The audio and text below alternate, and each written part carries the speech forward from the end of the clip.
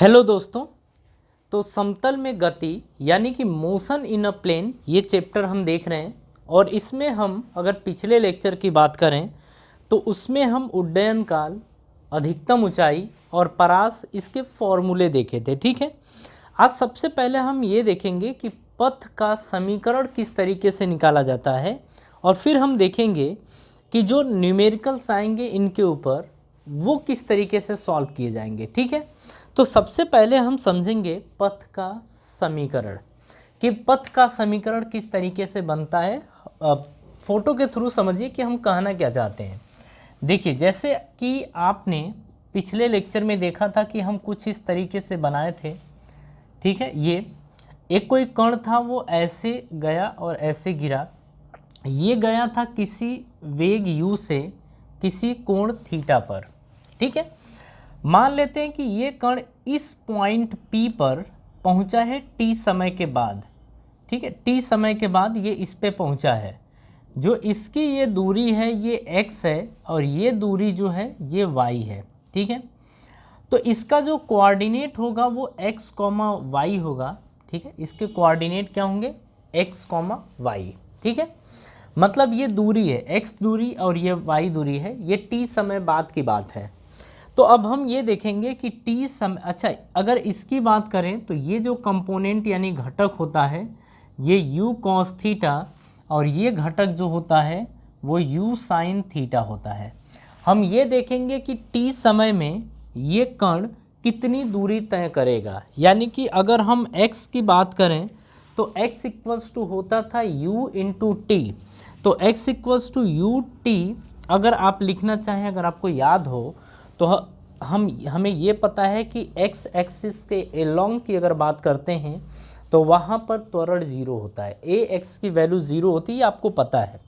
अगर ये बात पता है तो हम केवल यहाँ पे x equals to U X into T लिखेंगे और यहाँ से x बराबर आएगा यू एक्स की वैल्यू क्या होगी? u cos थीटा और इंटू टी, ये लिख देंगे। ठीक है, अगर हम y की बात करें तो y बराबर हम लिखेंगे, देखिए y इक्वल्स टू, हम डिस्टेंस की बात कर रहे हैं। ठीक है, एस वाई। तो चलिए तो अपन ना उसी तरीके से लिखते हैं इसको। हम लिखेंगे s y equals to u y into t plus half a y t का स्क्वायर, ये लिखेंगे। एस वाई की जगह हम लिखेंगे y, क्योंकि हम इस दूरी की बात कर रहे हैं, इस ऊंचाई की बात कर रहे हैं। तो y equals to u y, ये u साइन थीटा के बराबर है। तो u sine theta into t plus half a y की वैल्यू क्या होगी? माइनस जी, आपको पता है। तो ये लिखेंगे माइनस जी टी का स्क्वायर। अब इसे हम लिखेंगे तो y equals to u sine theta into t plus और minus minus half g t का स्क्वायर, ये हो गया।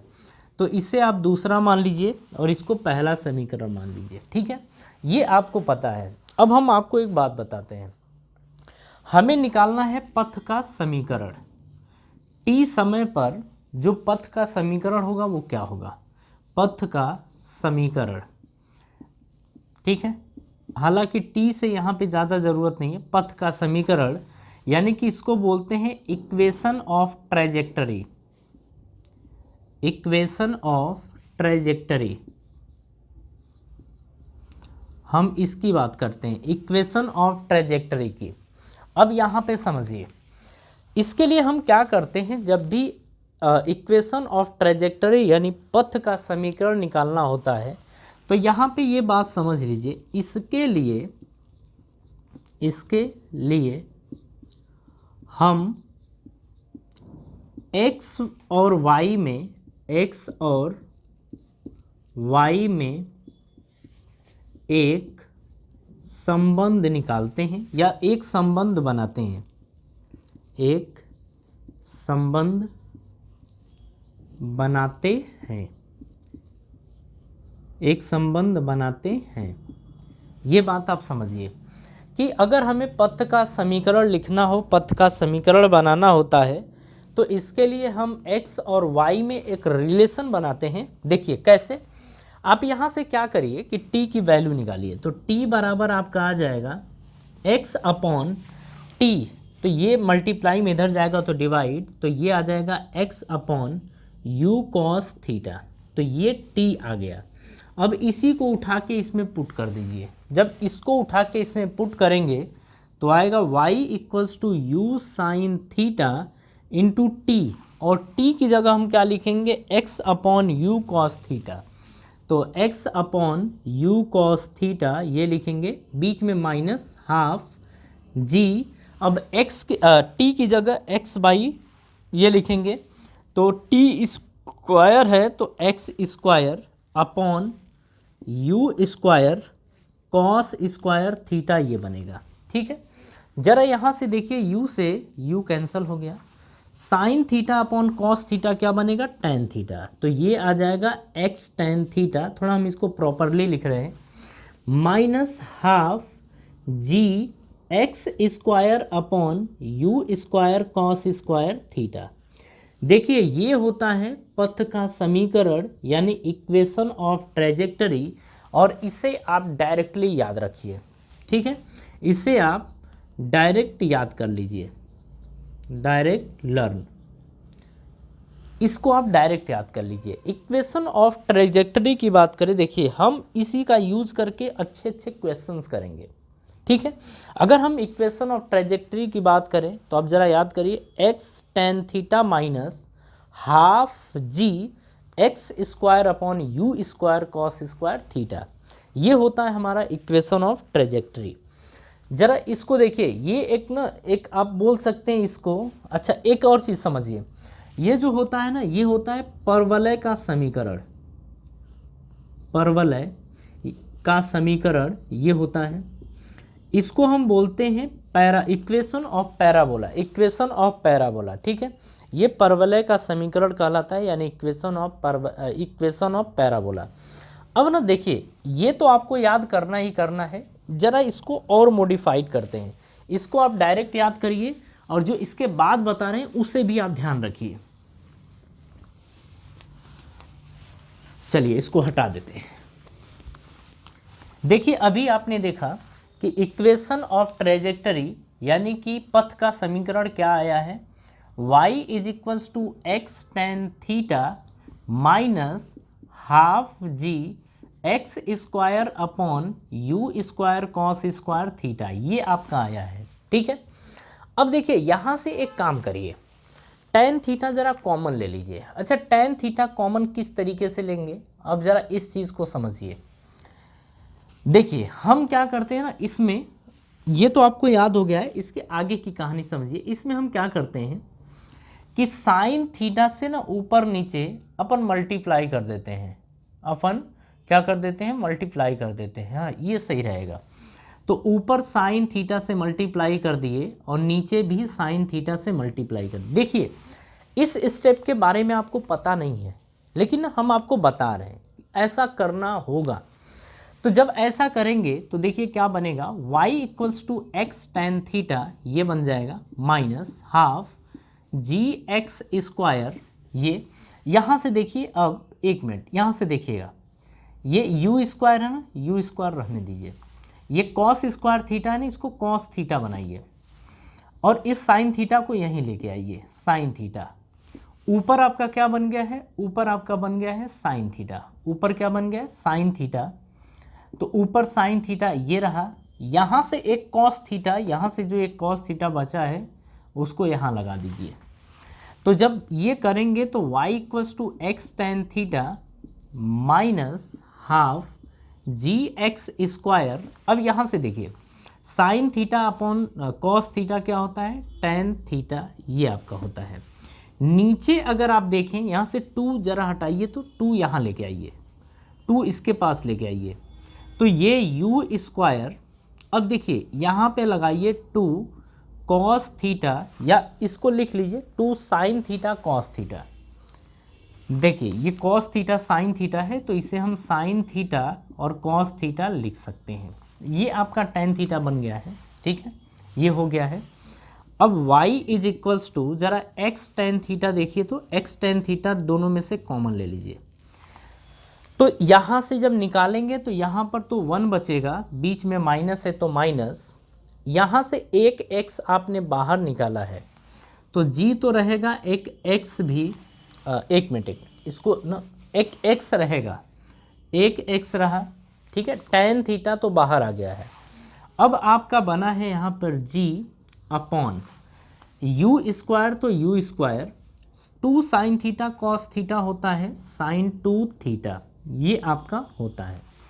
अब अगर आपको याद हो तो जो हमारा रेंज होता है, रेंज यही होता है कि यू स्क्वायर, अगर हम बात करें रेंज की तो ज़रा यहाँ देखिए, ये होता है u square sine 2 theta by जी।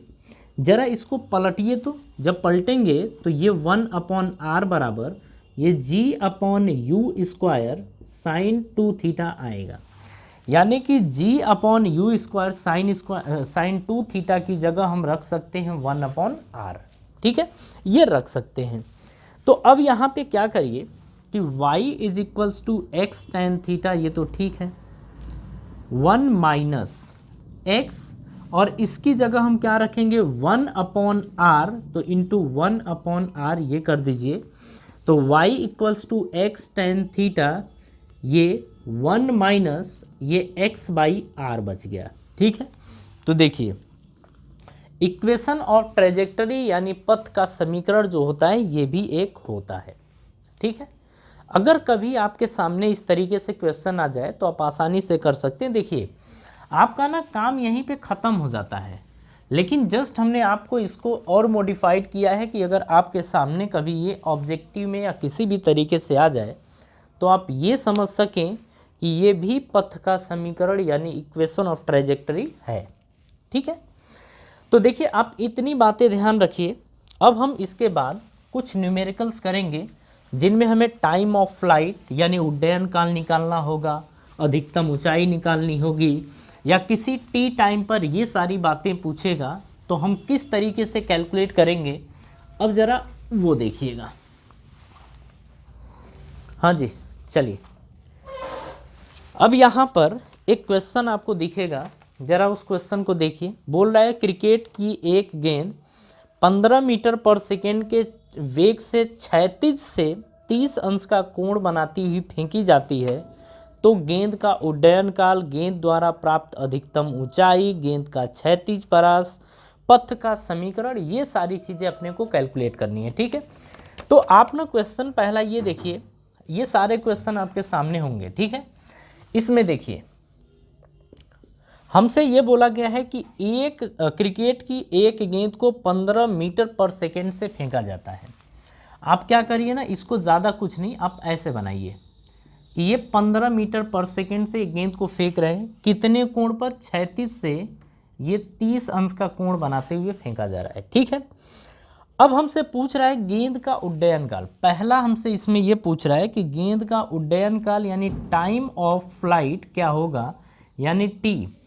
अब यहाँ पे देखिए अपने को दिया क्या गया है, दिया गया है u, इसकी वैल्यू 15 मीटर पर सेकेंड है। अगर हम थीटा की बात करें तो ये 30 अंश यानी 30 डिग्री ये दिया है, ठीक है। अब डायरेक्ट फॉर्मूला रखिए, देखिए time of flight 2u sine theta by g होता है, बिल्कुल आप यहाँ पे वैल्यू पुट करिए। 2u की वैल्यू कितनी है 15, साइन 30 आप यहाँ रखेंगे अपॉन जी के प्लेस पे आप 10 रख दीजिए, ठीक है। अब देखिए यहाँ से आप लिखेंगे तो 2 गुणे 15 गुणे साइन 30 की वैल्यू होती है 1/2 और नीचे 10 भी है। अब देखिए 2 से 2 कैंसिल हो गया, ठीक है, 5 तिहाई 15 और 5 दूनी 10, ये आएगा 3/2, जब काटेंगे तो आएगा 1.5, तो ये आ गया 1.5 सेकेंड। यानी कि हम ये कहेंगे कि इसका उड्डयन काल यानी कि टाइम ऑफ फ्लाइट जो है वो 1.5 सेकेंड है, ठीक है। चलिए इसमें दूसरे पार्ट की बात करते हैं। दूसरा क्या दिया गया है, दूसरा हमसे बोल रहा है कि गेंद द्वारा प्राप्त की गई अधिकतम ऊंचाई बताइए। तो देखिए हमसे पूछ रहा है एच मैक्स यानी अधिकतम ऊंचाई एच मैक्स। इसका फॉर्मूला अगर आपको याद हो तो ये होता है sine u square sine square theta by 2g, ये होता है। वैल्यू पुट करिए, u की वैल्यू 15 है तो 15 का स्क्वायर कितना होता है 15 गुणे 15। अब साइन स्क्वायर थीटा, तो यहाँ रखेंगे साइन स्क्वायर 30 ये रखेंगे बाई 2g यानी कि 2 गुणे 10। यहाँ से बनेगा 15 गुणे 15 गुणे साइन 30 की वैल्यू 1/2, तो 1/2 का स्क्वायर करेंगे तो 1/4 आएगा। तो यहाँ पर इसकी जगह हम रख सकते हैं 1/4, बटे में आपका आएगा 2 गुणे 10। देखिए अब यहाँ से देखिए 5 तियाई 15 और 5 दूनी 10। अब यहाँ से आ गया 15 तिया 45, 15 तिया 45, हाँ जी चलिए ठीक है। 15 तिया 45, ऊपर आ गया 45 बटे में 2 दूनी 4 चौक को 16, ठीक है। अब यहाँ से देखिए जब इसको आप काटेंगे तो 16 दूनी 32, 16 दूनी 32, 16 तिया 48, नहीं 16 दूनी 32, 2 दशमलव आप ये देखिए डायरेक्ट कर लेते हैं 81, 2.81 ये आएगा। जब इसे काटेंगे तो 2.81 आएगा, तो इतना मीटर होगा। तो जो आप देखेंगे कि इस पत्थर को फेंका गया है, तो ये इस पत्थर की अधिकतम ऊंचाई जो होगी वो 2.81 मीटर होगी, और यही होगा आपका अधिकतम ऊंचाई। अधिकतम ऊंचाई कहानी समझ में आई। चलिए 2 पॉइंट तो आपको समझ में आ गया। अब तीसरे की बात करते हैं इसके बाद।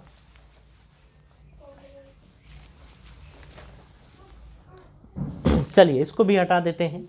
अभी इसमें अपने को कई पार्ट्स करने होंगे। देखिए एक ही क्वेश्चन के अंदर हम कोशिश करेंगे कि सारी चीज़ें कैलकुलेट कर लें, जिससे अपने को ज़्यादा क्वेश्चन न करना पड़े। हम एक में बता देंगे, बाकी आप अपने हिसाब से वैराइटीज़ कर सकते हैं।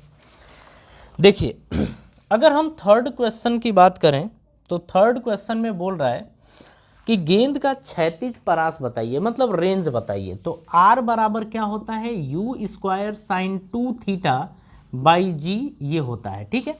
अच्छा अगर हम साइन 2 थीटा की बात करें तो यहाँ पर साइन 2 इंटू थीटा की जगह 30 रखेंगे, तो ये बन जाएगा साइन 60 और साइन 60 की वैल्यू होती है √3/2।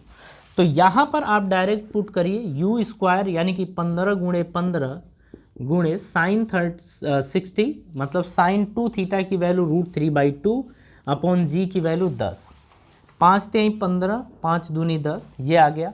अब यहाँ से देखिए 15 तिया 45, तो 45√3 बटे में 2 दूनी 4 ये आ जाएगा। अब देखिए जब इसे आप सॉल्व करेंगे ना, तो 45 गुणे 1.732 बटे में 4, जब इसे आप सॉल्व करेंगे तो आपका आंसर आएगा 19.48 मीटर। यानी कि इस पत्थर को अगर 15 मीटर पर सेकेंड से 30 डिग्री पर फेंकते हैं तो ये अधिकतम 19.48 मीटर दूर जाके गिरेंगे। हाँ क्वेश्चन समझ में आ गया। तो देखिए नॉर्मली अपने को ना ऐसे ही क्वेश्चन सॉल्व करना है। अब चलिए नेक्स्ट की बात करते हैं। हमसे क्वेश्चन में पूछ रहा है कि आप पथ का समीकरण बताइए, पथ का समीकरण बताइए कि क्या होगा। चलिए अब हम इस पार्ट की भी चर्चा कर लेते हैं। फोर्थ में देखिए पथ का समीकरण, अगर आपको फॉर्मूला याद है कि y = x tan theta minus half g x square upon u square cos square theta, अगर ये होता है तो आप आसानी से कर सकते हैं। तो यहाँ पर y = x, यहाँ पर tan 30 रखिए माइनस हाफ g की जगह 10 रखिए, एक्स स्क्वायर को ऐसे ही रहने दीजिए, यू स्क्वायर का मतलब 15 गुणे 15, और यहाँ पर देखिए cos 30 की वैल्यू जो होती है वो √3/2 होती है। अगर हम इसका स्क्वायर करेंगे तो इसका भी स्क्वायर करेंगे तो √3/2 इंटू √3/2 यानी कि 3/4 आ जाएगा। क्या आ जाएगा? 3/4। तो यहाँ पर रखेंगे 3/4, ठीक है। अब देखिए यहाँ से कट कैसे करेंगे, तो 2 2 जा 4 ये आ जाएगा, ये वाला ना ऊपर जाएगा। तो जरा इसे देखिए y = x tan 30 की वैल्यू 1/√3 होती है, ये आपको पता है, माइनस 5 दूनी 10 और 5 तिहाई 15, ये ऊपर जाएगा, ये तो यहीं रहेगा, ये ऊपर जाएगा तो 2 दूनी 4, तो ये 4x² बटे में 3 त्रिके 9, 15 15 नवा 135, ये आ जाएगा तो 135। तो इसका मतलब कि y is equals to 1/√3 x minus 4/135x², ये आपका आ जाएगा इक्वेशन ऑफ ट्रेजेक्टरी यानी पथ का समीकरण। तो ये आपके पथ का समीकरण होगा। ठीक है, देखिए यहाँ पर आपको ऐसा नहीं है कि बहुत कॉम्प्लिकेटिव चीज़ें बताई जा रही हैं, आपको आसान आसान चीज़ें बताई जा रही हैं। इतना तो आपको आना चाहिए, क्योंकि अगर आप फिजिक्स पढ़ रहे हैं तो इसमें आपको न्यूमेरिकल पोर्शन करना आना चाहिए, अदरवाइज कोई मतलब नहीं निकलेगा यहाँ पर।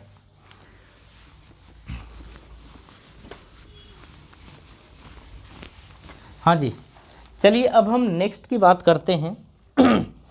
नेक्स्ट क्वेश्चन में अपने को क्या दे रखा है, ज़रा इसे आराम से देखिएगा, अच्छे से देखिएगा, ये समझ में आ जाएगा। बोल रहा है कि एक वस्तु धरातल से 100 मीटर पर सेकेंड के क्षैतिज वेग से 53 डिग्री कोण बनाते हुए फेंका जाता है। 2 सेकेंड बाद कण का वेग ज्ञात करिए। 2 सेकेंड बाद कण का वेग ज्ञात करिए, क्या होगा। चलिए समझते हैं। यहाँ पे इसमें भी ये बोल रहा है कि जैसे ये है, एक कण है, इस कण को हम फेंकते हैं 100 मीटर पर सेकेंड से 53 डिग्री के कोण पे, यानी 53 डिग्री का एंगल बनाते हुए फेंका जाता है। ठीक है, यहाँ पर टाइम दे रखा है 2 सेकेंड, कि 2 सेकेंड पे आप बताइए कि कण का वेग कितना होगा। 2 सेकेंड बाद कण का वेग कितना होगा। अब ना जरा इसे ना अपन कंपोनेंट के हिसाब से करेंगे, इधर भी इधर भी। अगर ये 100 है तो ये होगा 100 cos 53, और ये होगा 100 sin 53, ये आपका होगा। तो ये 100 गुणे sin 53 की वैल्यू हमने आपको बताई थी कि sin 53 की वैल्यू 4/5 होती है और cos 53 की वैल्यू होती है 3/5। तो यहाँ पर आप रखेंगे 4/5, तो 5 बिसम्मन 100, 20 चौक को 80। तो हम कहेंगे कि uy की वैल्यू जो है 80 मीटर पर सेकेंड आएगी। इसकी अगर बात करें तो 100 गुणे 3/5, तो 5 बिसम्मन 100, 20 × 60, तो ये 60 मीटर पर सेकेंड आएगा और ये ux होगा।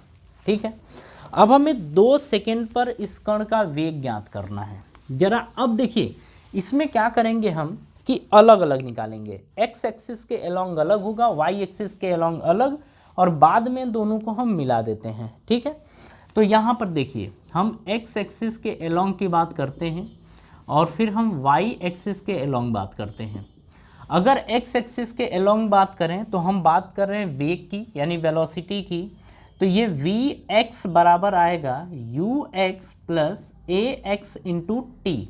ठीक है, तो vx बराबर ux की वैल्यू कितनी है 60, तो यहाँ पर रखेंगे 60 प्लस ax की वैल्यू 0। आप सबको पता है ना कि x एक्सिस के अलोंग जो त्वरण होता है वो 0 होता है।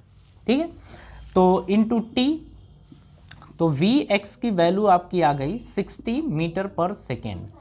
अगर हम y एक्सिस के अलोंग की बात करें मतलब vy, तो ये लिखेंगे uy plus ay into t, ये लिखेंगे। तो vy is equals to uy की वैल्यू कितनी है 80, तो 80 प्लस अगर ay की बात करें, पत्थर किधर जा रहा है ऊपर की तरफ, त्वरण किधर लगता है नीचे की तरफ, तो यहाँ पर रखेंगे -10, और t की वैल्यू क्या है 2 सेकेंड, टाइम कितना है 2 सेकेंड, ये रखिए। तो vy बराबर 80 माइनस प्लस माइनस 10 दूनी 20, तो ये आ जाएगा vy की वैल्यू 60 मीटर पर सेकेंड। लेकिन हमें अलग अलग नहीं बताना है, हमें बताना है कंबाइंड वेलोसिटी कितनी है, वेग कितना है। तो इसे हम वेक्टर फॉर्म में लिखेंगे। तो v vector is equals to vx i cap plus vy j cap, ये लिखेंगे। तो v वेक्टर बराबर vx की वैल्यू कितनी है 60, तो 60 i cap plus v y की वैल्यू भी 60, तो 60 जे कैप ये लिख देंगे, ठीक है। अब यहाँ पे देखिए वी वेक्टर का मॉड निकालेंगे तो ये आ जाएगा रूट में, देखिए इस 60 का स्क्वायर करेंगे प्लस इस 60 का स्क्वायर करेंगे, तो देखिए जब ये सॉल्व करेंगे तो 60√2 आएगा, मतलब मीटर पर सेकेंड। तो यहाँ पर देखिए हम बात कर रहे हैं यहाँ पे कि जो वेग आएगा, वेग वो आएगा 60√2 मीटर पर सेकेंड के बराबर, ठीक है। तो ये आएगा। तो ये क्वेश्चन देखिए अपने आप में एक बेहतर क्वेश्चन है।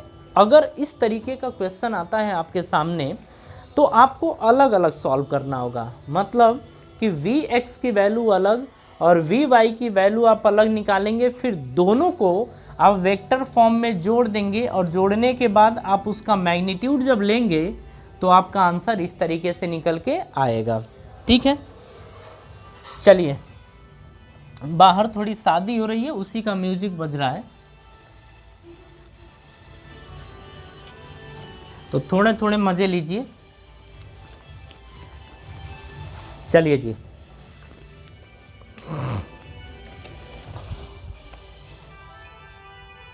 अच्छा इसमें ना एक चीज़ और पूछा था कि 2 सेकेंड बाद कण के गति की दिशा क्या होगी, कण के गति की दिशा क्या होगी। तो ये ये 2 सेकेंड पे पूछ रहा है। तो देखिए जैसा कि हम बोल रहे हैं कि वी एक्स की वैल्यू आई थी 60 मीटर पर सेकेंड और वी वाई की जो वैल्यू थी वो भी 60 मीटर पर सेकेंड थी, ठीक है। अगर हम कोण की बात करें तो देखिए कुछ ये ऐसे होता है, अगर आपने पीछे आपने देखा था पिछले लेक्चर में, हम इसको अल्फ़ा मान लेंगे। अगर वी एक्स की बात करें तो 2 सेकेंड में वी एक्स की जो गति होगी इस दिशा में, वी एक्स ये 60 है और 2 सेकेंड में इसके तरफ जो गति होगा वो वी वाई ये भी 60 है। अब यहाँ से देखो हम लेंगे tan अल्फ़ा, जब भी हम गति की दिशा की बात करेंगे, दिशा की बात करते हैं तो हम tan लेते हैं, तो tan अल्फ़ा बराबर लंब बटे आधार होता है, यानी v y upon v x. अगर वी वाई की बात करें तो ये 60 है और वी एक्स की बात करें ये भी 60 है, 60 से 60 कैंसिल, बचा 1, यानी कि tan अल्फ़ा बराबर आपका आता है 1। तो अल्फ़ा बराबर कितना होगा 45 डिग्री। आप सबको पता है कि tan 45 डिग्री की वैल्यू 1 होती है, इसीलिए हम अल्फ़ा की वैल्यू क्या बोलेंगे 1। यानी कि हम इसमें इस क्वेश्चन में ये देखेंगे कि जब कण को हम फेंक रहे हैं तो कण जब 2 सेकेंड बाद जो कण की दिशा होगी वो 45 डिग्री होगा इस हॉरिजॉन्टल से, इस क्षैतिज से ये 45 डिग्री पर होगा। जैसे ये ऐसे है ना, ये ऐसे होगा 45 डिग्री पे, ठीक है ना। चलिए, हाँ जी, अच्छा इसी में कुछ और क्वेश्चन है, अब हमने ध्यान नहीं दिया था, उसे भी अपन समझते हैं। अब देखिए यहाँ पे नेक्स्ट क्या पूछा है। अच्छा यहाँ पे ना जरा हम क्वेश्चन को क्या करते हैं, फिर से यहीं लिख देते हैं। देखिए ये हम कुछ इस तरीके से बनाते हैं ये कि ये है 100 मीटर पर सेकेंड और इस पत्थर को फेंका गया है 53 डिग्री पर, 53 डिग्री पर, हाँ जी, ठीक है। अब हमसे इसके आगे क्या बोल रहा है कि कण का उड्डयन काल बताइए। अगर हम इस वेग से इतने कोण पर फेंकते हैं तो कण का जो उड्डयन काल है यानी कि टाइम ऑफ फ्लाइट वो क्या होगा। अब वो देखिए ये टाइम ऑफ फ्लाइट होगा 2u sin theta by g, 2u sin theta by g. तो t is equal to 2, u की वैल्यू कितनी है 100। अब साइन 53 डिग्री लिखेंगे बटे में 10 ये गया, ठीक है। अब ये 2 गुणे 10 गुणे साइन 53 की वैल्यू 4/5 ये होगा। तो 5 2 जा कितना आएगा 10, 2 दूनी 4 चौक को कितना 16 सेकेंड होगा। यानी कि इस पत्थर का टाइम ऑफ फ्लाइट कितना होगा 16 सेकेंड होगा। अब नेक्स्ट क्वेश्चन में हमसे बोला है ना कि अधिकतम ऊंचाई तक जाने में लगा समय कितना होगा। अधिकतम ऊंचाई तक जाने में लगा समय आपको पता होना चाहिए, या हमने ये चीज़ बताया था कि देखिए जो पत्थर है वो अधिकतम ऊंचाई मतलब यहाँ से यहाँ तक जब पहुँचता है जितना समय भी लेता है अधिकतम ऊंचाई तक पहुंचने में इस समय का आधा समय लेता है। यानी कि टाइम ऑफ फ्लाइट का जो आधा होता है वही समय होता है अधिकतम ऊंचाई तक पहुंचने का। तो आप यहाँ पे डायरेक्ट कर सकते हैं टाइम ऑफ फ्लाइट 16 बटे में 2 बराबर कितना आ जाएगा 8 सेकेंड। इसका मतलब कि अधिकतम ऊंचाई तक पहुंचने में ये पत्थर कितना समय लेगा 8 सेकेंड लेगा, और इसका टाइम ऑफ फ्लाइट कितना होगा 16 सेकेंड। टाइम ऑफ फ्लाइट कितना होगा 16 सेकेंड होगा। ठीक है,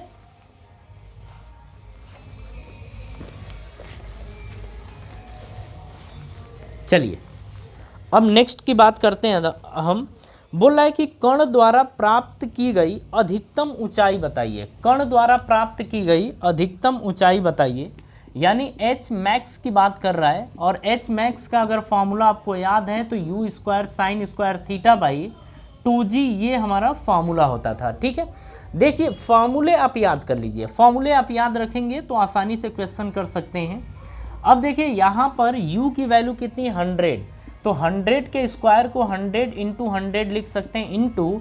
अब देखिए साइन 53 की वैल्यू कितनी होती है, ये होती है 4/5। जब इसका स्क्वायर करेंगे तो इसका भी तो स्क्वायर करेंगे ना, तो ये आ जाएगा 4 का स्क्वायर 16 और 5 का स्क्वायर 25, यानी 16 बटे में 25 होगा। ठीक है, तो साइन स्क्वायर थीटा की जगह हम लिख देंगे 16 बटे में 25 बटे में 2g 2 गुणे 10 ये। ठीक है, अब देखिए 25 चौक को कितना होगा 100 और 2 दूनी कितना होगा 4, 10 दहाँ पे 100 ये आ जाएगा। 10 दूनी 20 और 16 दूनी 32 320 मीटर आएगा। यानी कि इस पत्थर द्वारा प्राप्त की गई अधिकतम ऊंचाई कितनी होगी 320 मीटर होगी।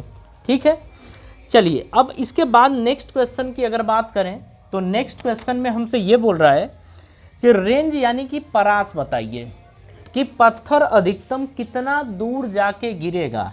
ठीक है, यानी कि हमसे पूछ रहा है परास रेंज। अगर इसके फॉर्मूले की बात करें तो ये होता है u square sine 2 theta by g. ठीक है, अगर यहाँ की बात करें तो देखिए R is equals to u square का मतलब 100 इंटू 100।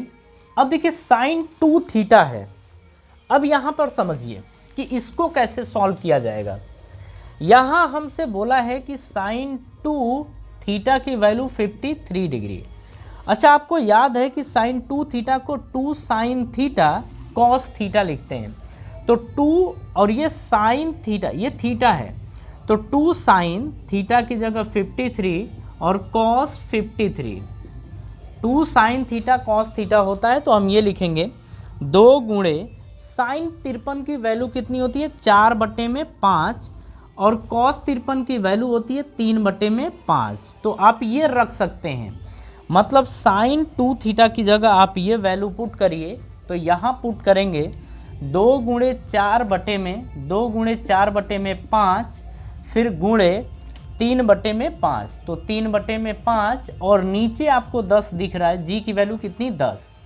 देखिए 5 पचे 25 और 25 चौक को 100, 10 दहाँ पे 100 ये आएगा। अब देखिए आएगा क्या 10 चौक को 40 दूनी 80 गुणे 4 तिहाई 12, तो 12 बटे 96 होगा, तो 960 मीटर आएगा। ठीक है, यानी कि इसका परास जो आएगा ये अधिकतम दूरी जो तय करेगा वो 960 मीटर की दूरी तय करेगा। ठीक है, नेक्स्ट हमसे इसमें ये बोल रहा है कि आप पथ का समीकरण बताइए। पथ का समीकरण बताइए कि पथ का समीकरण क्या होगा। अब देखिए नेक्स्ट क्वेश्चन की नेक्स्ट पोर्शन की बात कर नेक्स्ट पार्ट की बात करें तो हमसे पथ का समीकरण पूछ रहा है। आपको फॉर्मूला याद है y equals to x tan theta minus half g x square upon u square cos square theta ये होता है।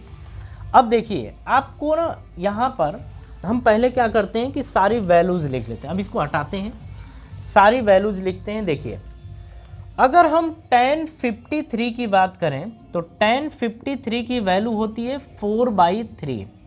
tan 53 की वैल्यू क्या होगी 4/3 होगी। ये आपको मैंने बताया था। वहाँ पे cos लिखा है तो cos 53 है, तो cos 53 की वैल्यू 3/5। अगर स्क्वायर करते हैं तो इसका भी स्क्वायर कर देंगे तो ये आएगा 3 का स्क्वायर 9 और 5 का स्क्वायर 25, ये आएगा 9/25। यहाँ पुट करिए तो y is equals to x, tan की जगह 4/3 तो 4/3 माइनस हाफ, g की जगह आप 10 रखिए और ये x स्क्वायर बटे में u स्क्वायर यानी कि 100 का स्क्वायर, तो 100 का स्क्वायर यानी 100 into 100 into cos square theta यानी कि 9/25, तो 9/25 ये होगा। अब यहाँ से देखिए 25 चौक को 100 ये करेंगे, 2 पचे 10 ये करेंगे, 5 से 5 विषमन 100 ये आएगा। तो y इक्वल्स टू, अब इसको लिखिए तो 4/3x माइनस, अब ये x स्क्वायर बटे में, देखिए 20 चौक को ऐसे लिख दीजिए कि 4 दूनी 8, 8 नवा 72 यानी कि 720 ये आएगा। अब इसे आप चाहें लिखना तो आप लिख सकते हैं y equals to 4/3x minus 1/720 x square. तो ये आ गया है पथ का समीकरण, और मुझे नहीं लगता कि आपको ये निकालने में इतना मतलब परेशानी होगी, इतना टफ तो है नहीं, क्योंकि इस तरीके के क्वेश्चन हम इसके पहले भी कर चुके हैं। ठीक है, चलिए जरा कॉपी करिए, इसके आगे फिर देखते हैं नेक्स्ट क्वेश्चन।